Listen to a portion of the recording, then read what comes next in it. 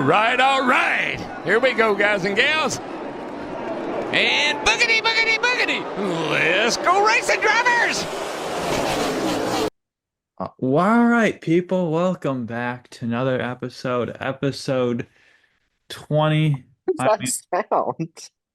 what sound? You were like, what? Yeah, I don't know. That's how it sounded on my end. I don't know if it was like a connection thing or something, but it sounded like you said, like, what? Ugh. All right, whatever. I'm Andrew Hayes. That's Ethan Ignatowski. You'll actually probably see this some point soon compared to where we actually record this because I'm flying I'm somewhere on. tomorrow, and that's what I plan to do on the flight for 2 hours is edit shows. So I need to edit. Let's go. This is going to be the eighth episode I need to edit. So yeah, I might be, Andrew Hazelnut, man. This guy. but yeah, let's get into it. Ethan, I believe Imola happened. So let And now for last week's race reviews. to Oh, go. you don't want to go first? No, and Imola's more important than the NASCAR All-Star race. That's Yeah. determined All by right. So Imola was actually like really good, which I don't think anyone was really expecting because like obviously Imola is like a very historic track and in F1, but with the way that the cars are in modern times, I just don't think anyone expected it to be good, but it actually was really, really good. There are a few things I want to talk about before I get into the F1 race, though. Firstly, Andrew, your favorite driver, Pierre Gasly, he killed two rabbits during practice. I mean, you really support that guy? yeah, it's natural selection. I mean, wow. Since it was an F3 and F2 weekend, I would like to say Tim Tramitz won the F3 sprint race, Santiago Ramos won the feature race, and then in F2, Jack Crawford won the sprint, and Alex Dunn won the feature race. And also quickly going to mention a couple things about qualifying because they did impact the race. Uh, Yuki Tsunoda and Franco Colapinto both crashed out in Q1. Was not a great return to F1 in that sense for Franco Colapinto, although the race did go a lot better for him. He didn't really play a major role in the outcome, but he did show some good pace, some good running. Also showed that he was a team player. Um, Oscar Piastri ended up on pole with Max in second and George Russell in third and Lando in P4. Something that was pretty crazy in qualifying is both Ferraris were outside the top 10 and both Aston Martins were inside the top 10. As we'll get to at the end of the race, that switched. But yeah, like I said at the beginning of all this, Imola was an amazing race. It it had everything. It had some strategy drama, some amazing overtakes. But yeah, I'll get into it at this point. Enough waffling. Um, Oscar Piastri, he got a good launch off the line, but he stuck to the inside part of the track instead of kind of going to the outside, which would be, you know, a more optimal angle to take the first chicane. And he had to do that because right behind him, George Russell had an even better launch, but he was boxed in by Max Verstappen to his right and Oscar staying in front of him in the start. And that also opened the door for Max to make an absolutely spectacular move around the outside. He was late on the brakes, swooped around, no margin for error, but he made it work. And he pulled away out of the first chicane with the lead. One of the greatest, like, technically not turn one because of that little kink on the straight, but we're not counting that. So, like, one of the greatest turn one, lap one moves I think I've ever seen. I mean, there was no margin for error. Max came out of nowhere, but he's just a calculated assassin, Andrew. And he, that move, it's things like that annoy me. And quite frankly, you know, just they just really annoy me when Max makes what's that word you like, Andrew? Cattywampus. Yeah. When Max does cattywampus activities during battling and defending instead of things like that, because that was such a clean move, such a perfect move. No margin for error, because if Max went off, he would have been in the gravel, and instead of taking first, he would have been taking 20th. But he made it work. He needs to race like that more often because it is visually more appealing, and people will respect him. Not that he cares, but people will respect him even more than they already do if he just approached every corner like that. Anyway, though, on lap 3, Charles Leclerc was able to make a move around Pierre Gasly down the inside at Piratella, which is turn 9. Pierre went off track. And like I said, Imola, old school circuit. You go off the track, you're in the gravel. Leclerc, he was in P10, moved up to P9. Gasly, he dropped to P13. Not a lot happened until this was like, I would say, the only part of the race where nothing happened, like lap 3 or 4 to lap 10. That was like the only part of the race where nothing happened. Lando Norris on lap 11, after a few laps of trying to make a move stick on George Russell for P3, finally got a move done, an audacious move, I'll say, around the outside of George at the Villeneuve chicane. Lando really wanted to get by him. I mean, he turned that McLaren into a lawnmower momentarily during the battles, but lap 11 stayed on track, made a nice pass. And lap 11 is also kind of when we start to get into the strategy aspect of the race, Andrew. There was a lot of thought this could be a two-stopper, or at least a race where you would have one really long stint on the hards. And that's because the mediums this year were last year's softs. They introduced a softer compound this year, which made the mediums last year's softs. And people were worried, and they were worried because the softs, or the mediums, sorry, were fading away at this point. But Andrew, they weren't actually fading away. It was just a stage in the tire cycle. The tires were having a bad stage. So the drivers that stayed out longer and managed the tires throughout that bad stage reaped the benefits, while the drivers that pitted earlier kind of lost out in a sense. Between lap 11 and lap 14, you saw some drivers pit, and then you didn't really see anyone pit until lap 29 when Lando Norris kicked off the next pitting cycle. On lap 14, Oscar did come in for hards, bit of a slow stop, but still able to come out in front of Charles Leclerc and George Russell. Leclerc did pull off an undertake, though, on George. That's why he was ahead. And Oscar then spent the next 15 laps or so making his way up from P12 back to P4, making move after move on the drivers that had stayed out longer. And these were like legit on-track moves. Like I said, people didn't come into pit. These were on-track moves. And it was just great pass after great pass. He was, of course, passing some back markers and some guys in not great cars, but made a move on Lewis Hamilton, made a move on Kimi Antonelli. Just really great racing. He was flying throughout that stage. On lap 29, like I said, Lando Norris finally pitted, kicking off, well, would have kicked off the next couple laps of pit cycles, but something happened, which we'll get to. But like I said, he managed those tires as well as some other guys, and he basically doubled the amount of laps that Oscar did on his opening medium stint. But if he stayed out just one lap longer, it would have been marginally better for him. Not that what happened really affected him, but he could have reaped the benefits that some other guys did. And what happened was Esteban Ocon, he pulled over and had to retire due to a mechanical failure, which brought out a virtual safety car. And this allowed some of the guys that hadn't pit yet to come in for essentially a free pit stop. I'm talking about Max, I'm talking about Alex Albon, Isaac Hadjar, Lewis Hamilton, and Kimi Antonelli. All of those guys were ahead of Lando when they came in, since Lando pit under green and they pit under the safety car. It was practically a free stop for them. Lando didn't really lose out because he still came out ahead of all those guys. But he could have been, the distance between cars could have been a little more ideal for him if he waited, maybe. But again, it didn't really affect him. Some of the early pitters, including Piastri, they also came in and basically got a free second stop. So a lot of guys were able to take advantage of that VSC. Going back to green, lap like 31 or 32. It was Verstappen, Norris, Albon, Piastri, Hadjar, Antonelli, Lewis Hamilton, Fernando Alonso, Lance Stroll, and Charles Leclerc making up your top 10.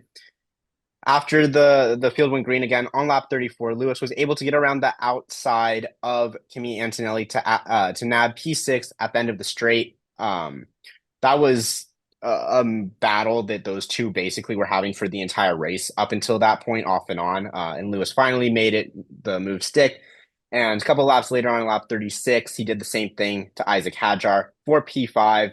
I want to say shout out to Isaac Hadjar. Like, this guy was racing in P5 on merit. Like, yes, the strategy calls certainly got him there, but like he was in P5 halfway through the race. So he's impressed me not only at Imola, but just all year. On lap 40, Oscar Piastri made a very similar move to the moves that Lewis Hamilton was making around the outside of Alex Albon at that first chicane to take P3.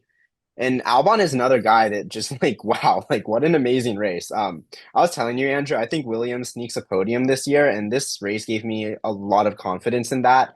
There's gonna have to be some luck involved, of course, but Albon was running great in Italy. A few laps later, lap 46, the hometown kid from Bologna, just a few miles down the road, Kimi Antonelli, he pulled over. He had some sort of failure. He had to retire.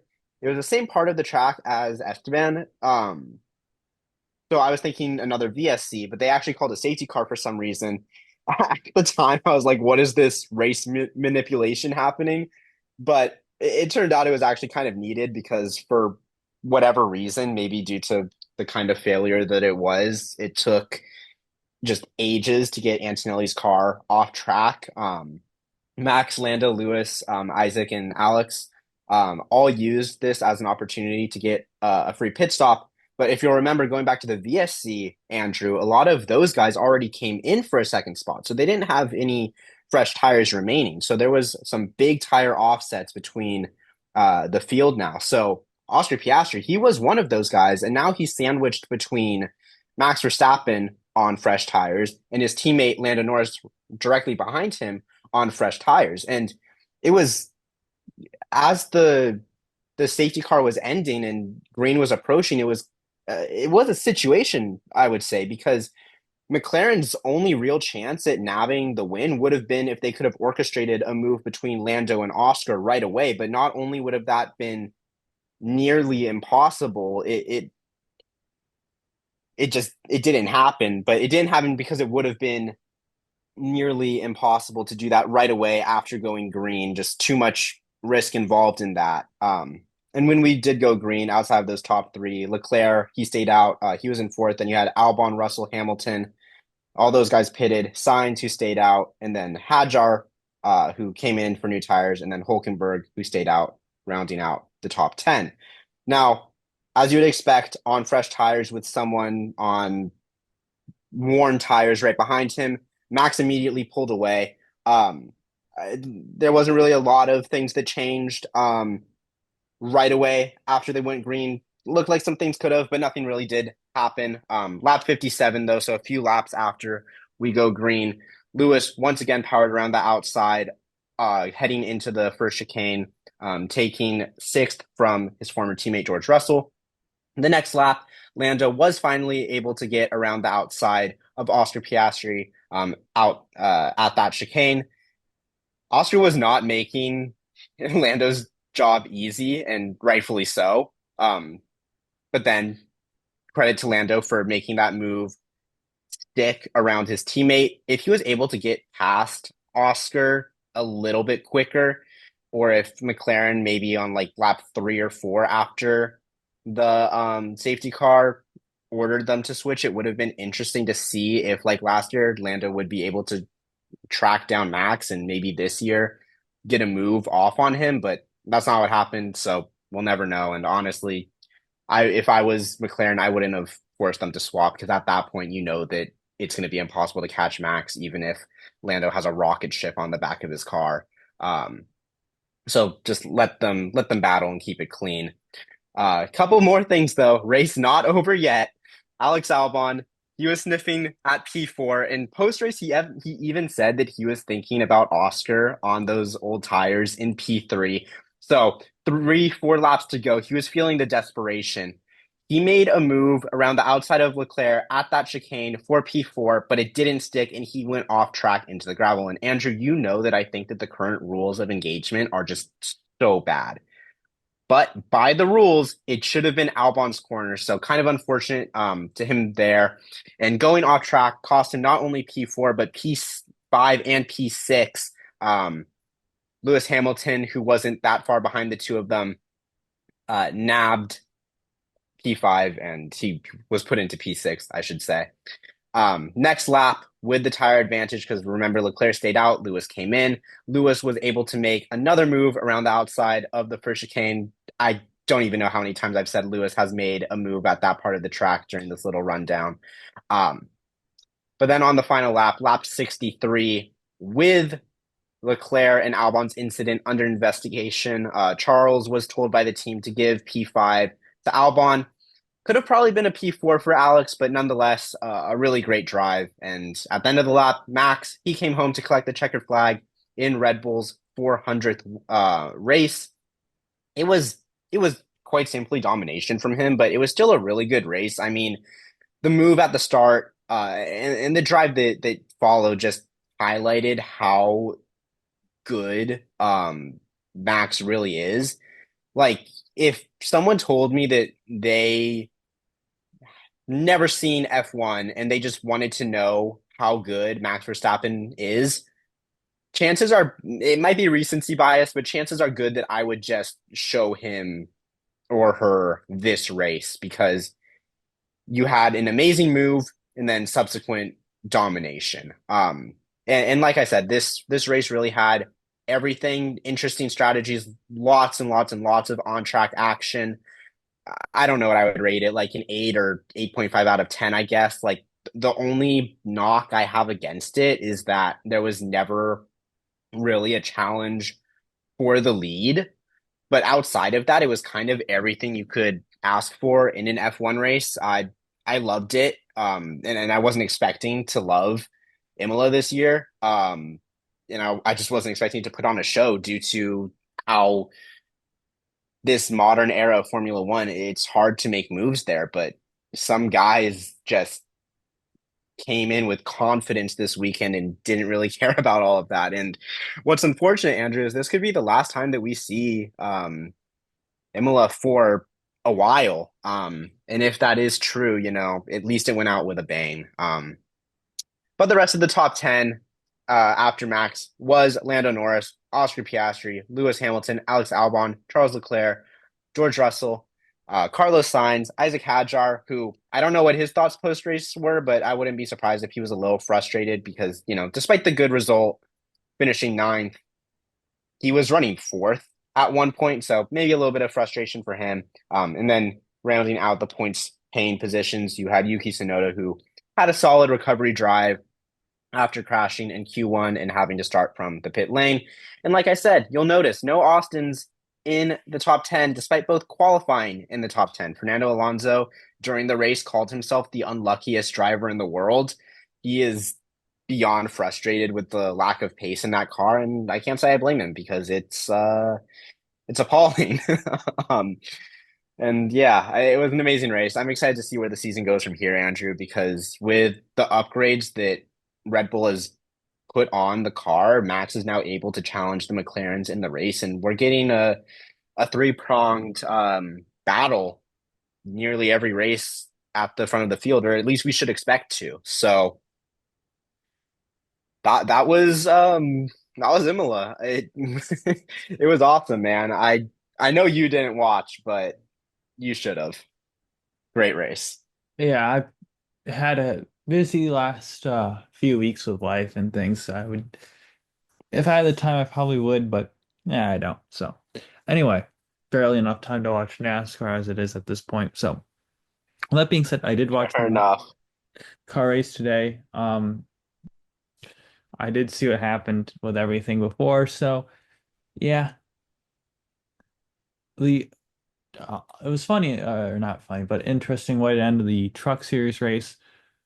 Heim and Riggs, they made a fair bit of contact that allowed Chandler Smith to win on the last lap. But anyway, into the open. Shane Van Gisbergen was on pole. Carson Kind Host of crazy. E2. What? Kind of crazy that SVG was on pole now. Yes and no. Obviously different type of qualifying than regular, with you have to make 3 laps the pit road stop. So that had something to do with it, maybe. And then again, at the end of the day, the Trackhouse cars, in theory, should be near the front. But yeah, In theory. in practice this year, that's not the case. Uh, with that said, Hocevar ran P2 for the first 50 laps of the 100 lap open, and then we had our competition yell. Now, Ethan, there's 2 drivers that advance from the open to the main race. One, what they used to have it when the caution was thrown when they had 3 stages, that driver would advance whoever won. No, that's not the case. So what's the point of the first 50 laps if we're just going to re-rack them all? I don't know. I don't understand it. And quite frankly, SVG should have been in the All-Star race. He didn't wind up making the field at the end of the day. Spoiler alert. But like the guy dominated first 50 laps, and what else do you want the guy to do? Like, yeah, he got shoveled to the back off a pit strategy, never could quite get up there, but neither did everyone else that was on that same strategy that was leading. So these first 50 laps just aren't important. So we're just racing with no point. So Such a dumb system. like if we're gonna have gimmicks, at least do these gimmicks right. We aren't doing these gimmicks right. And that's what's frustrating. Like an all-star race, sure, we can have gimmicks. We can try things. But like let's re in the past we had it right where we rewarded who was leading at the time of these cautions, and now we just aren't. I don't understand it. I don't get it. It makes, like I said, it makes this first 50 lap segment not important. Hmm. And yeah, like, and then on the competition, yeah, you had 5 different guys take 2 with Hosfar, McDowell, Wallace, Gibbs, and Smith, and Van Gisbergen and Priest were the first 2 cars out in 4. Gibbs got up to second, passing the two drivers in front of him. Then Priest got up to second, and then on the caution, then we had Riley Herbst spin for a caution. 6 cars stayed out, led by Hocevar, Priest, Wallace, Gibbs, and SVG, and Corey LaJoy. And the first 2 cars off out on a pit road were Allmendinger and Nemechek. And then under the yellow, Ryan Priest ran over the Choosby. He moves to the rear, Wallace up to second. And quite frankly, this is a very dumb mistake made by Ryan Priest. Uh, it's quite frankly, there is a distinct set of cones in the wall at the Choosby to let people know where to go. The Choosby's marked on track to the best that they can. Just go run it, put your car as close to the inside wall without hitting it. Like if you're scared, like you just gotta move over. It's that's not that hard of a rule. I know they had the choose drone at Bristol for the dirt race, which I guess you could do at other tracks instead, if you want to help the drivers, but I don't feel that's really necessary. Um, So there's some I know Boyer was saying, oh, you shouldn't penalize him. Like, no, Clint, that's the rule. The rule is the rule. If we aren't following the rules, then we might not as well have the rules. So Yep. yeah, that was kind of frustrating. Um, that moved Wallace up to second, and then on the green run, John Hunter Nemechek passed Bubba for second. So you had Hocevar and Nemechek advancing. Noah Gragson got the fan vote, which is kind of interesting because he got it over Bubba Wallace, and I thought Bubba Wallace would have had it easily. But shout out to Noah for just being quite frankly, a goofy goober and getting fans that way. Because in terms of personality, I'd probably put him at one or two of guys who have most personality. Him and Hocevar. So yeah, that, that's that's that. And in the main race, we had the heat races that I didn't watch because I don't want to watch them. I don't like their existence. I've said it already. But Brad Keselowski and Christopher Bell won their heats. So that was nice to see Brad doing something. We had Daniel Suarez with a right front tire go down caution that ended his night early. And then we had a split strategy. Keselowski, Byron, and Busch took two. And then Logano, Bell, and Elliott were the first on four. Quite frankly, if I learned anything in the Open, and it was you have to be very lucky with the amount of cars that don't take tires. Otherwise, there's about an 80% chance you'll be a setting duck. And quite frankly, if I'm the leader, I'm taking four.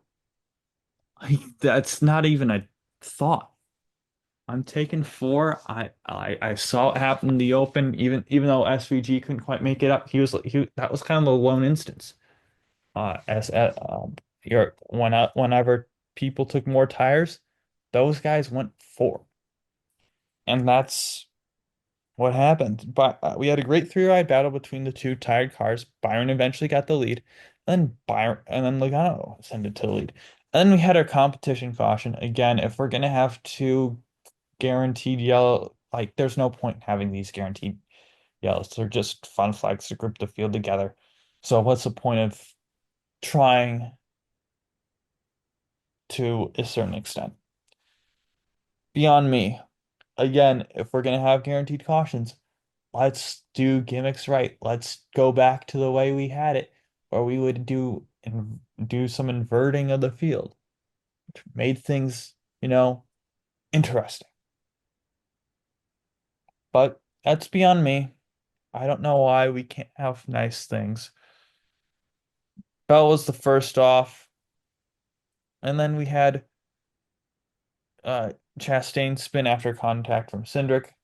Uh, Logano got the lead, and then Brad had a spin. Yeah, the two tire call just sent him kind of out of the picture in terms of the guys battling for the lead, and then he spun. So Brad's bad year just continues. Larson took two, the rest of the field took four. Joey Logano got the lead, and Larson fell back. And then we had the promoter's caution, which gets my chicken award this time. Not necessarily because of they had the caution, but the amount of extreme things they did with the caution. I thought they just waved the caution flag when they when the when the promoter's caution would be called. But no, we had Michael Waltrip looking like a doofus trying to fit in with a bunch of young kids out there waving the flag. We had fireworks that were all yellow, and then we had fire. I don't know why we're doing this for a caution. It does not make sense to me, Ethan. So they gets the chicken award. We'll squeeze it here. Just a complete clown show to SMI. They are the true true recipient of the award because it is, after all, called the promoter's caution, and they are the promoters. However, it got worse. Michael Waltrip, while waving the flag, he drops the flag onto the racetrack, Ethan, and that gets my Arca Breaks moment of the week. Just the level of seriousness of this event has gone to barely, it is north of zero, but we could have had a true feel of an all-star race. Just feels more like a just an event. Doesn't feel like a It's race. kind of it, Like an it's event. kind of crazy because this this has kind of become a theme not only in NASCAR but like amongst all American sports. Like apart from the NHL and like maybe the MLB, All-Star games have just completely turned into a joke. Like the NBA, it's a joke. The Pro Bowl means absolutely nothing. Um, at least in Major League Baseball, like they actually try, but like no one really cares too much. What the NHL did this year, like For the Four Nations. with the Four Nations, that was like the only like all-star event that like actually is gonna get anyone's like blood pumping anymore. Like Right. NASCAR has turned into a joke, and like I said, all those others are. I wouldn't say MLB is a joke, but like the NBA, NFL, those all-star events, those are jokes. Yeah. So here's what I think. When NASCAR, like NASCAR hasn't, with the way the racing is, they don't really need an all-star race. NASCAR's all-stars are Yeah, always competing against each other every weekend. What made it interesting in the beginning was they were racing for a lot of money. The purse was $1 million. I think if it was around 2003 was when they made that bump to $1 million. 22 years later, it's still $1 million. It's still not interest. Like $1 million for a purse, that's not that big. It's with that being said, here's some ways to get it interesting. We, I think, have a true all-star race. I think that the season champion of the Xfinity and Truck Series should be invited. And I think if somewhere between two and four other guys from the truck, both series, should be invited as well. Make it a true all-star race. Bring your best of Xfinity, bring your best of these truckers, and we can see how good some of these guys compared to the Cup guys are to an extent. I think that would be a great idea. Like we'd have probably let me look at the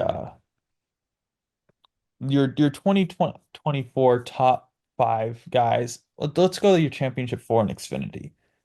You had Justin Allgaier. He could probably get a ride with Junior Motorsports. They have a car, so that's possible. I know Austin Hill. He could probably get a ride with RCR. That makes it interesting. That's another car. Um, AJ Allmendinger, he's now Cup full time. So that I think maybe if there's a, and Cole Custer, same thing. Maybe if there's a rule, if you go to Cup that nullifies that, and say your next two guys in the standings would get it, who would happen to be Chandler Smith. Yeah, he could get a ride with front row, possibly, and Jesse Love, same thing with RCR. Okay, so now you have four guys who wouldn't be getting rides. Now you get to see how these guys truly are compared to some of your Cup guys.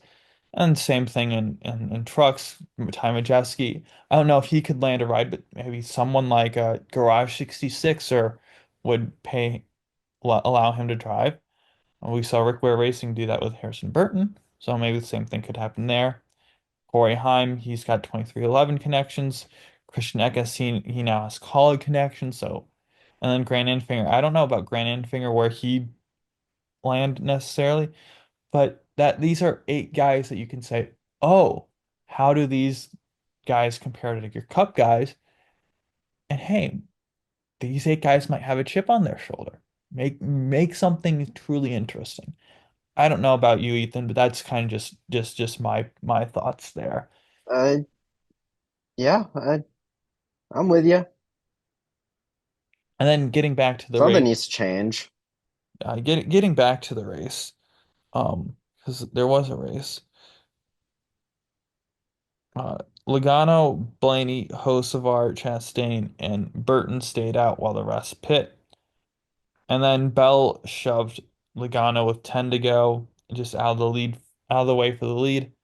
I give it a 6 out of 10, and Chevy wins this quote unquote manufacturer showdown. So yeah, quite frankly, it wasn't a bad race. I would say if on the good race poll, yes. I don't know it. The majority said Ethan. If you want to pull that up, I still think, hey, it was this race truly had some good moments to it. And at the end of the day, I also think North Wilkesboro deserves a points paying race. I'd like to see it. We don't need to go to Las Vegas twice. We don't need to go to Atlanta twice. Uh, uh, we don't need to go to Kansas twice, I think. We don't need to go to Phoenix twice. Let's cut those dates out. Let's give them to some of these other tracks we can go to once. Let the schedule breathe with more true identity tracks, I think. So that's that. Into the news, And now for the news. Ethan. Hmm. Chris Buescher, RFK Racing handed L1 penalty post Kansas. The team will appeal. Uh, Crew chief suspended. I don't know what exactly this penalty was. I don't remember when I put it in there. But yeah, that is a points loss, I believe, of pulling this up real quickly to get the number exactly. Yeah, it's a significant points loss from Busher. I'm trying. Yeah, a huge points. It is a 60-point loss for front bumper cover violation. So yeah, that takes him from 284 points, which would put him 12th in the standings, all the way down to 224, putting him 24th in the standings from Oof, in to and out of the playoff bubble here. So that is that is crucial. rough. We right now the playoffs would be at Ryan Preece 251, so he would be a good that's 26 27 points behind, but that's he's got to jump 9 guys to get to the playoffs. So this penalty, if held, will have huge implications for Busher, as I think he was a guy that most people had in their playoffs and possibly going deep. So yeah. Yeah. Not a lot of news this week for any series, but one thing that I do want to talk about for F1 is it's basically just drama on social media, but the relatively popular Formula One parody news account, Formula Fakers, um, it's a parody account. They post parody stuff. Think the Onion, right? But they released a tweet that was uh, I guess I'll start out by saying that um, Jack Doohan's dad, Mick Doohan, posted something about basically Jack getting his seat taken away by Alpine. And what Formula Fakers did after Franco Colapinto had his crash in Q1 was make it look like instead of, the original and fairly inconspicuous tweet or just uh, the nothing burger of a post that Jack Doohan's dad put on his Instagram story. Formula Fakers made it look like he posted a photo of Colapinto's wreck. Um, and I don't remember exactly what was said. The original post was deleted, but with some sort of comment, right? And despite it being a parody and an obvious parody, a lot of fans of Franco Colapinto thought it was real and started attacking both Doohan and Doohan's family in the online. Guys, this is a fake news, a very open about being fake news. This is the NBA Central of Formula One, but people took it to the highest degree, and they've had to like put out like a the closest thing to a PR statement that a satirical Twitter account is going to put out. But like this was fooling like news publications even, and it's kind of maddening, Andrew, like as people that are like studying to go into the media world, that like people not only are getting fooled this easily by obviously fake stuff, but they're just spreading it with like no fact checking. It's it's kind of crazy. I Yeah. don't really have a whole lot to say about it. I'm I I want don't to have any opinions really beyond that, but I just want to put it out there in the I world. kind of want to go a little bit further here as we're both sports journalism students. Um, I don't want to be a that's fun police here, but yeah, it's the problem is that these accounts do exist and they can do real life damage I to don't think it's the account's hold fault though. Like it literally hold says parody accounts. hold on. Even still that they still can do damage and you do have these people do have to realize that. However, what's even bigger problem,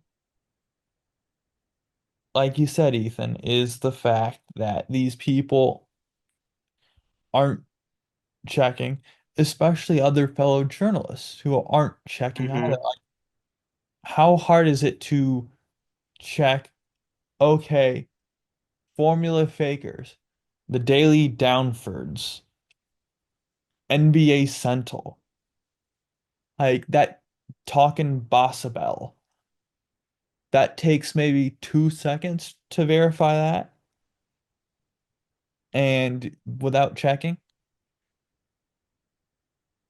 I don't as someone who is studying these types of things, it is we're always told to double check your sources. I don't think these people are even checking them for the first time, not let alone a second time. So that's at the end of the day just all around bad journalism, as my uh, 201 professor would say on Twitter. So going into the next piece of news. Joseph Newgarden and Will Power sent to the back at Indy 500 grid after component violations. Their attenuator has black vinyl on it. Um, I'm not gonna pretend to be a racing engineer here. I have no clue if that even does anything or what that does or how that affects the cars. I know some people are saying, "Oh yeah, this definitely affects the race car." I'm like, first of all, how so? And second of all, I know you're not a race energy, so you're just yapping to yap. Um, quite frankly, uh, but yeah, Um, I do want to know what exactly how this affects the race car before we go further with this. I have a few things to say about this, Andrew. Like you, I also am not too sure how this affects the race car, but I think that we need to have a serious conversation here about some things and potentially even some uncomfortable conversations because the cars were put to the back of the grid because it was deemed illegal. Who loses out on this? Now, Jacob Abel. Yes. And would would Jacob Abel have been uh it's not disqualified. Would Jacob Abel not have qualified for the 500 even if these cars didn't have those pieces on? Yeah, I'm 100% sure. But the thing is, they still had them on. The cars were still deemed illegal, but Jacob Abel, through no fault, through fault of his own because he didn't qualify, but I don't know what I'm trying to I don't know how to put this in words. He He ran despite with two cars, yeah, despite multiple cars being deemed illegal, he doesn't get like put back into the field. Like these cars aren't being disqualified or anything because they're being deemed illegal. They're just being pushed to the back of the grid. If I'm Jacob Abel, I'm royally upset about that. Yeah. And these cars were scheduled to run in the Fast 12, and now that they're being taken out, this also kind of messes up Connor Daly and Alexander Rossi, who are the next two cars. They could have had a run at the Fast 12 and pole. Who knows? Maybe they would have made some noise. That could affect the grid. This could affect the whole race. Yeah. So yeah, I do believe a couple further points is that people were like, "Oh, let's check last year's car because it's in the Yeah. museum next door," and they Our found the good friend same. Jenna Fryer. I sent you her tweet. Yeah, there were multiple journalists that did that, not just her. Uh, and she was indeed one of them that checked that and said, "Oh yeah, that's there." Uh, Nathan Brown, probably the most respected journalist in the IndyCar paddock that covers IndyCar on a weekly ba on a very frequent basis, said that he doesn't believe there would have been a rule change from this year to last year to this year that would make that illegal. So that's interesting. That's his belief. That is not him saying that that is true. That is his belief. So So, do we think that there's a conspiracy here that they found it last year, but they didn't want to disqualify the winner of the Indy 500? um. Is that possible? I don't know. Um, I don't think that's possible because I'm gonna say that go get into this. My next point is that Team Penske's had its previous issues.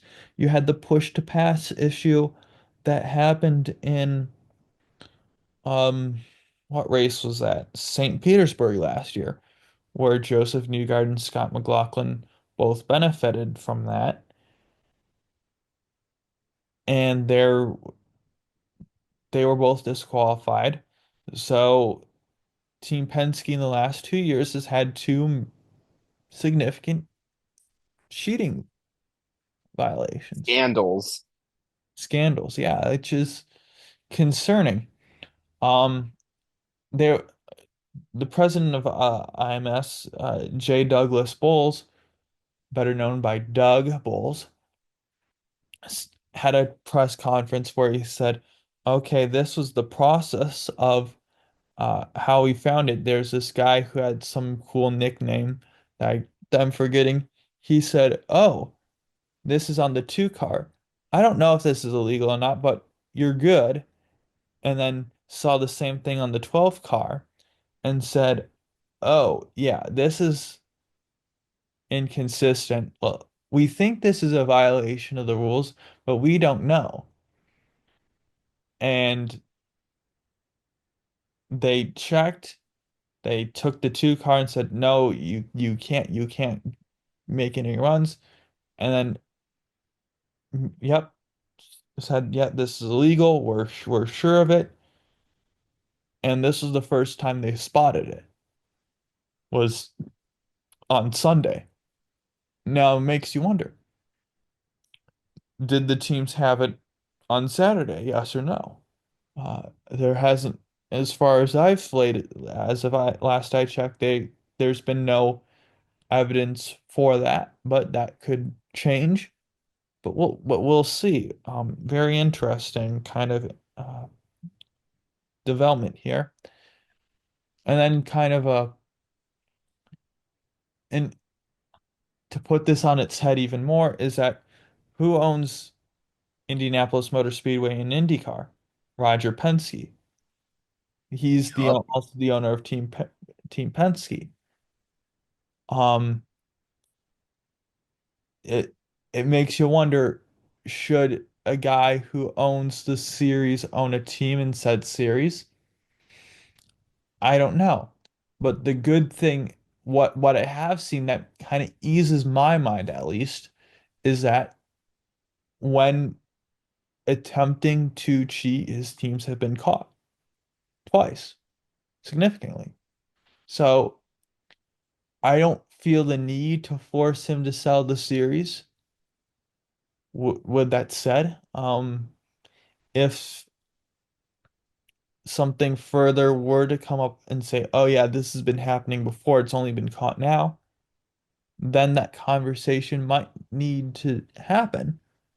But as of today on this recording, I don't feel any sort of need to remove Roger Penske from the head of the series. I don't know if you have any further thoughts on this, Ethan. That's kind of where I'm at. Um, nothing, nothing really more to add. I would say, uh, everyone go to Bob Hawkers's Twitter and listen to what Pato O'Ward had to say about it. Yeah. Um, But that's that's that for me. I'm with you here. It's just I don't know. It doesn't leave a good taste in my mouth. yeah. Like moving into the previews, And now for next week's race previews. I wish we didn't have to talk this. We weren't talking about this because kind of puts a that's the headline right now, and it's not uh Jacob Abel who put Miller High Life on the side of his car, got a really cool deal to bring a known American brand, missed the field, was the only driver to do that. You have cool storylines of your drivers returning, like Helio Castroneves in the '06 car for Shank, Kyle Larson doing his thing for Hendrick with Arrow McLaren. You've got your Robert Schwartzman on pole. I'm going to get to qualifying later here in terms of how the field's shaken out. But you have your uh what's that? Dreyer and Reinbold with Cusick, the 23 of Ryan Hunter-Reay, a former winner, alongside Jack Harvey. You've got Ed Carpenter in his third car, who's always good. Takuma Sato on the 75 for RLL. At 48 years old, he had an extremely great qualifying well. And Marco Andretti, who just made it into the field on the last row shootout in his family team. Those are all the guys that all these guys are coming in. We're not talking about them. So let's talk about qualifying real quick, because qualifying happened last week, before the race. So we have on in terms of yeah, here where are we? Your top six positions. Robert Schwartzman, a rookie who hasn't done diddly squat in in his rookie IndyCar season. He has a best finish of 18th, currently 24th in points. That's that's a surprise that he's on pole. 48-year-old Takuma Sato in an RLL car is second. And rounding out the front row is Pato O'Ward, who has been so close so many times in the 500 and in third in his best qualifying position. Scott Dixon in fourth, who's trying to break his quote unquote curse at the speedway, where so many things have been misfortunate to him. And then Alex Palou, who's had a good month of May, he just sits outside the top the the top or he sits just inside the top two two rows. And you've got other guys that have landed some sponsors during this uh, since the start of the running. David Malukas has landed a sponsor due to his good speed. Same with Schwartzman and his teammate Ilott. Got a lot of different colors running this week, and it's interesting how that's kind of not the topic of conversation. It's these two guys moving to the back of the field, two former winners. Uh, this kind of transitions to my five guys to watch here. You got Scott Dixon, of course. He's won there once, uh, trying to break his curse. Elio Castroneves, four-time winner, trying to be the first guy to win it five times. Takuma Sato, he's won it twice. Alexander Rossi and Marcus Ericsson have each won it once, but both with different teams. Kind of goes into my honorable mentions. Same thing with Ryan Hunter-Reay. And these two guys probably weren't going to be in my honorable mentions, but now with the recent news of them going to the back, Will Power and Joseph Newgarden, the two-time winner there, it's going to be so much. Um, they're going to be so far back. I don't think they can win it from back there, regardless. So yeah, Ethan, you want to talk about F1's big daddy of them all? F1's big snooze fest of them all. Mm-hmm. Yeah. Well, I didn't think Imola would produce a good race, and look where we are now. So maybe Monaco will surprise us. I mean, look, you got. I can't even say the greatest qualifying in motorsports because that's not true. Not even close, really. But it's the greatest qualifying in Formula One. It's the most exciting qualifying session you'll see in Formula One because you know more so than any other track, the guy that gets pole is probably going to win the race. Now, of course, things can still happen, but the likelihood of that guy winning the race is astronomically high. Um, Monaco just isn't a place where the modern F1 car can pass another one with any sort of ease. And now I'm not saying you want a track where, everyone's just passing everyone willy-nilly and there's like no point of anything. But it's just too hard to make any sort of pass at all. I think I don't remember which year it was.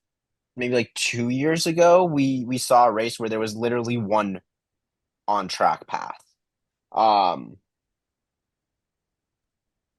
don't know. I'm just not excited. I will wake up at 6 a.m. California time to watch it. Because I like to make myself suffer, I guess. But I'll just be looking forward to the Indy 500 really, because that is going to be the much better race. Um, that's just how it is. Formula 2 and Formula 3 are, of course, both going to Monaco. I don't know about the um, F1 Academy series. I don't believe they are, but I I'm could be checking wrong. real quick. We are checking. We are They checking. they don't they don't run they only run one race in Europe, Ethan, and that's at Really? Zandvoort. Huh, interesting. Okay. Well, then they will not be there. So that's that for Monaco. I mean, guys who could win, you're really just looking at the best qualifiers, which right now is Oscar Piastri, and Max Verstappen. Maybe we could see a Mercedes on pole, but I doubt it. Lando could definitely get pole, but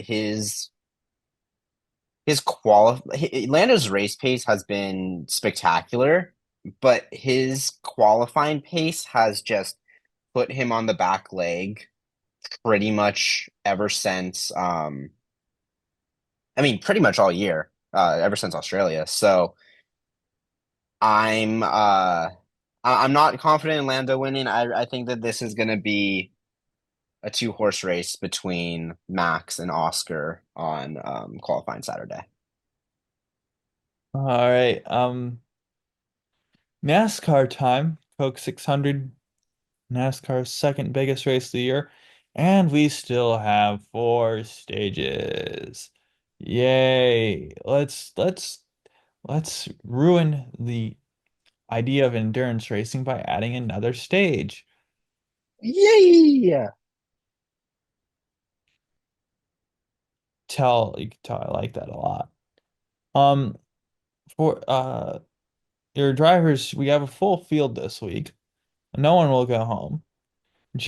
Well, NY Racing's 44's TBA. I would suspect JJ Yaley drives this car, as he frequently does. Josh Bilicki will be in the 66 for Garage 66. Jimmy Johnson will be in the 84 for his own team, Legacy Motor Club. And Connor Zilic will be back in the 87 for Trackhouse Racing. My five drivers to watch have been good there historically.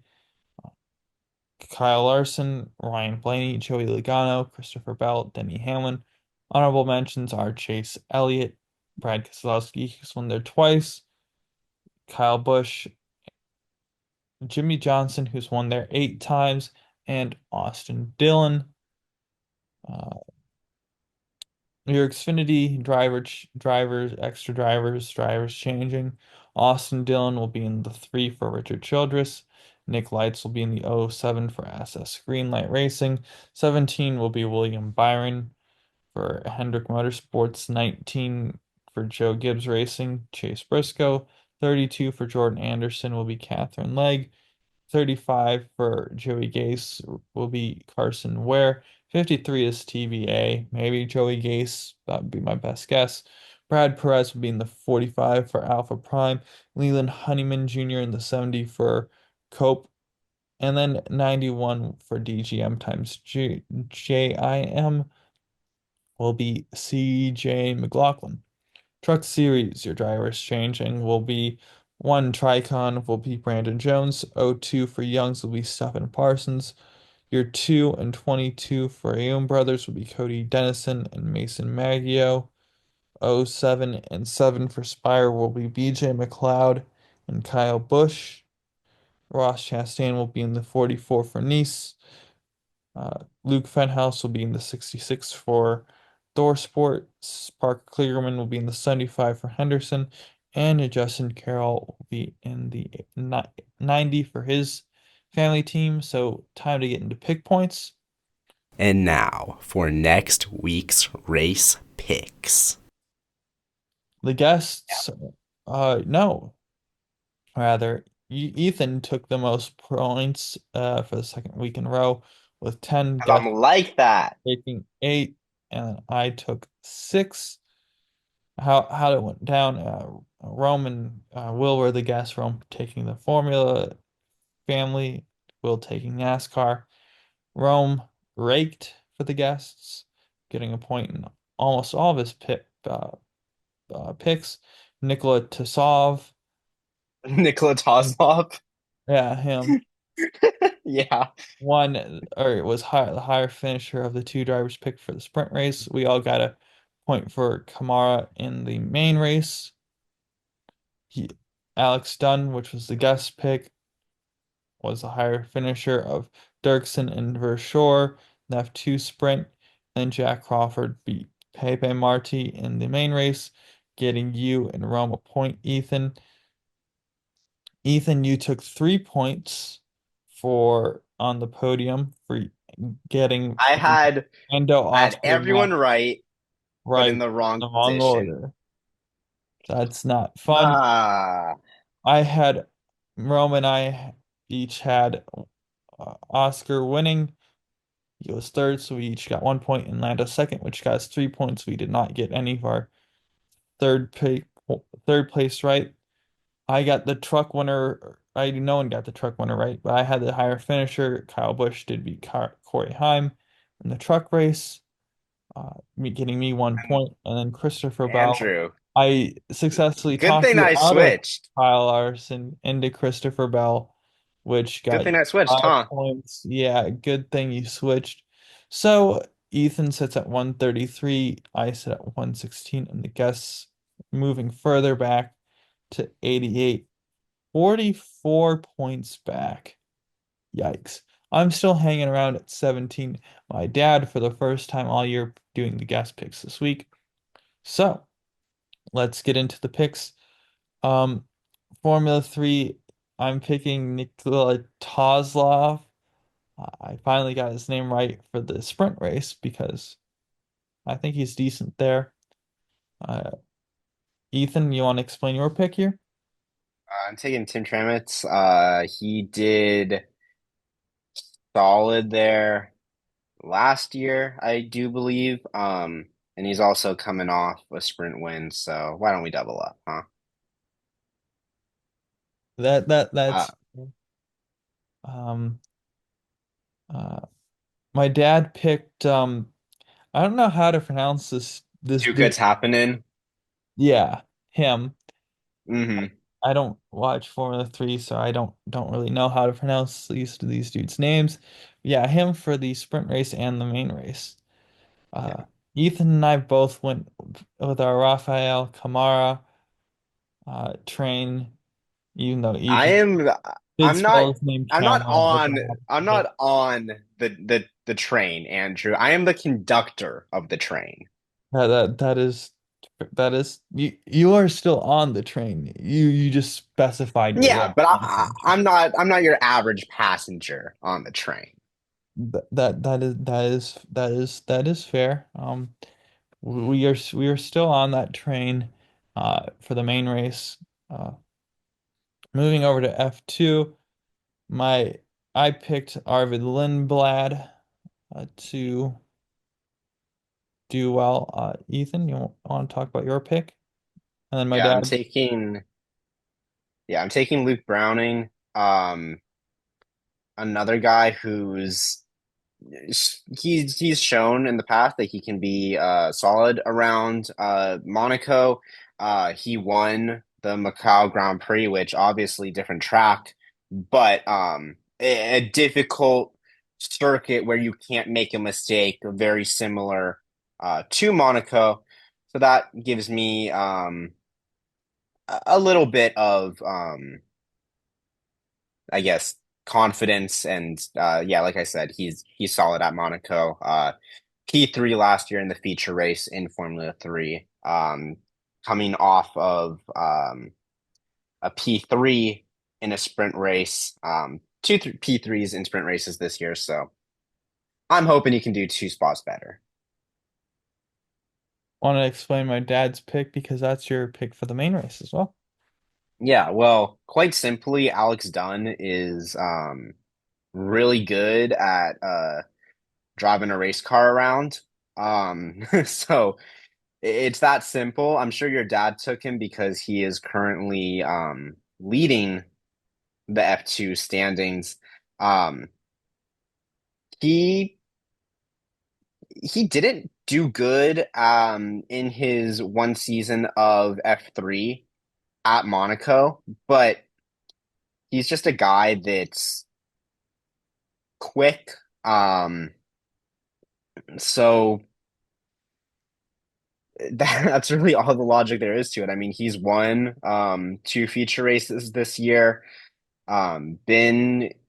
Been pretty competitive apart from the first two sprint races of the year. So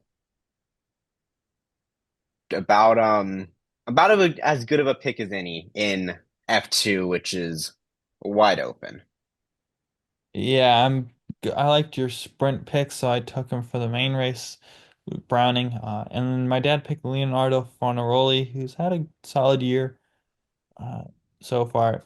Um, Yeah, I mean Leo Fornaroli hasn't won a race in I don't even know how long. Like obviously he won F3 last year, but he didn't win a race. He didn't win a race in his rookie season of F3, which was 2023. So he didn't win Formula Regional in Europe in 22 or Formula Regional in Asia in 22. He didn't win an ADAC in 2021. He did win a race in 2021 in Italian F4. So we have to go back a while. I mean, he is Mr. Consistency and he has gotten tons of solid results, but it has been a long time since Leo Fornaroli has been on the top step of the podium. yeah. Um, Going into the main Formula One action. Uh, my podium, Max, Oscar, Lando. Uh, Max, I feel like he's always seems to have it in the big races when the lights shine brightest, the stars come out biggest. Uh, I guess, and then Oscar. Yeah, I feel like Oscar is just better there compared to Lando, so that's why I have that order that way. yeah. I don't necessarily disagree with you, but I do have Oscar ahead of Max,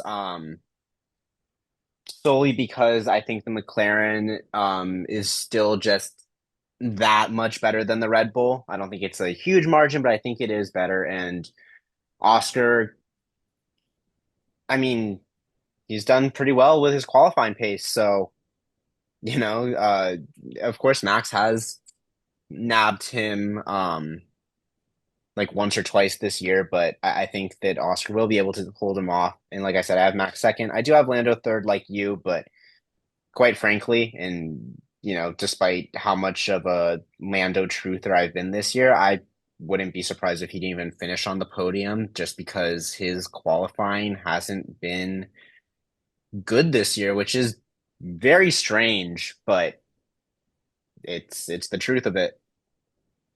My dad, going with an interesting podium, Yeah, about to going put the guess in an even bigger hole. going with Hamilton, Leclerc, and Piastri. We'll see. Don't think that's gonna happen. We'll see. Um, Going for the Indy 500. I'm going to the guy who's been at the top of the charts nearly every single point in time. Alex Palou, boring pick. I feel, but I think he's figuring out ovals, and What a first oval win this would this be. could be a yeah, this could be a time to do it. Yeah. I know he said in the past, if I don't want an Indy 500, my career will be kind of a failure. And quite frankly, he's not wrong. Yeah. Um, I'm going with a two-time runner-up of the race, a guy who I've already said a couple times on the show that I will be taking this year. for the Indy 500, and that of course is Pato O'Ward. Um, he's starting up high. He also appears to be very, very quick. And being a two-time runner-up, he has the experience. Of course, it's not winning experience, but he will know what he needs to do differently in order to win. Um, he is just so fast around there. And look, you need more than to be quick. Um, but I think that this is the year that the stars align. Yeah, you need more to be quick. Just ask Scott Dixon.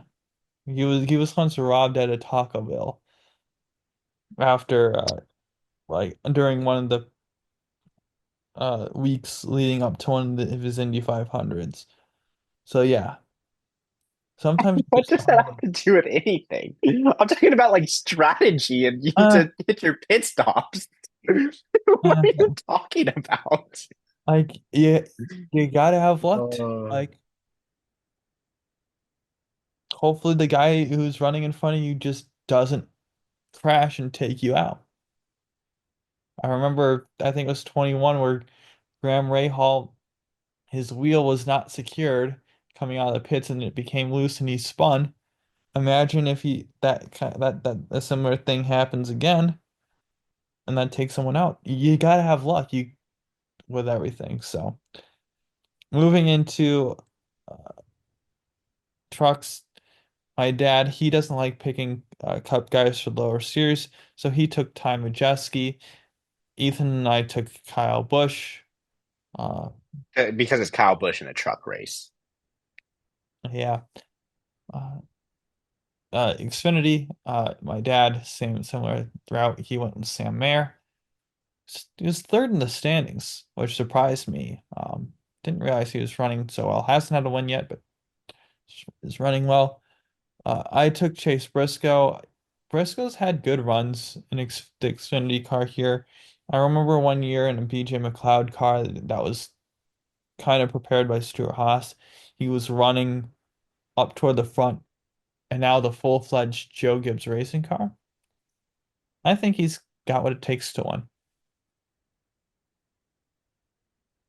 Um, I am taking William Byron. He has multiple top fives there, multiple top threes.